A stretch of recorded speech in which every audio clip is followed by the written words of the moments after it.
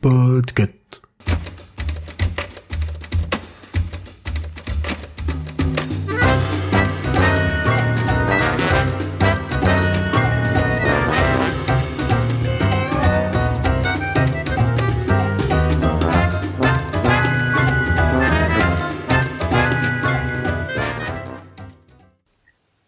Salut, je suis Lisa, et aujourd'hui je vous parle de la saga La Passe-Miroir de Christelle Davos, éditée chez Gallimard.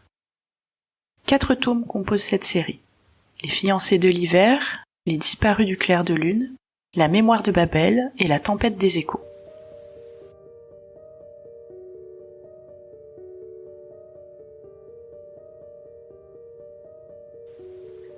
Ophélie est une jeune femme discrète et réservée, au milieu d'une famille aimante mais exubérante.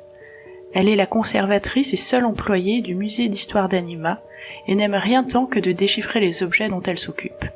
Car Ophélie a un super pouvoir, héritage de la lignée d'Artémis. D'un simple contact, elle peut connaître la vie d'un objet, remonter à sa création et voir les personnes qui l'ont touché précédemment. Elle a aussi la capacité de traverser les miroirs, mais un accident de trajet à l'adolescence l'a affligée d'une attachante maladresse. La petite routine d'Ophélie s'écroule quand les doyennes dirigeant son monde décident qu'il est temps qu'elle se marie et organisent pour elle des noces avec un jeune homme d'une autre arche. Évidemment, ce mariage arrangé ne l'enthousiasme pas du tout, mais si vous pensez que l'histoire consiste à savoir comment elle va y échapper, vous n'y êtes pas du tout. Je vous laisse donc découvrir seule les aventures d'Ophélie, et je vais plutôt vous parler du lore de la saga, qui est d'une grande richesse et d'une rare innovation en fantasy.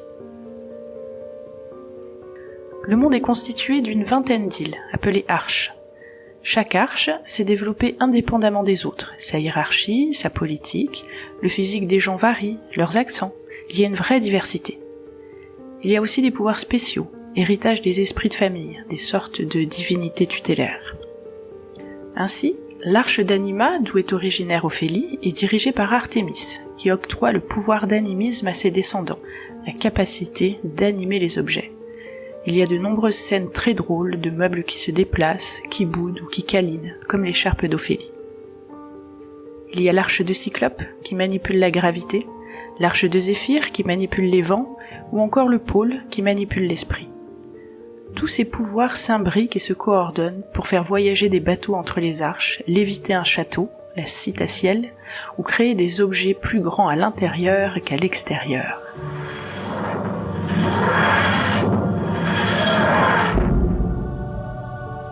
Il y a aussi tout un move politique bien plus complexe que je m'y attendais dans une saga classée jeune adulte. Entre les familles qui veulent s'attirer les bonnes grâces de l'esprit de famille, les sans-pouvoirs qui veulent aussi une place dans ce monde, et ceux dont on enterre les capacités car jugées trop dangereuses, il y a vraiment de quoi réfléchir à l'identité et les rôles subis ou assumés, et les règles qui régissent nos propres sociétés.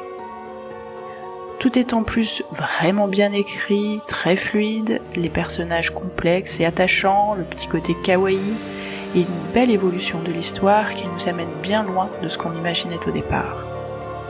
Alors, quelle sera votre arche favorite ? Venez me le raconter sur le Discord de Podcut. La passe-miroir c'est bon, mangez-en.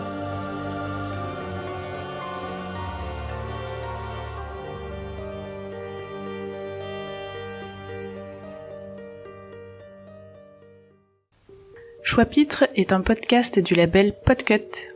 Retrouvez-nous un vendredi sur 2 pour un nouvel épisode. Vous pouvez venir discuter avec nous sur Instagram ou le Discord du label. Pour nous soutenir, mettez-nous 5 étoiles, parlez de nous autour de vous et partagez nos épisodes. Nous avons également un Patreon. Et si vous voulez à votre tour faire une reco, envoyez-nous un message, n'hésitez surtout pas. Tous les liens sont dans la description. Merci à tous et bonne semaine!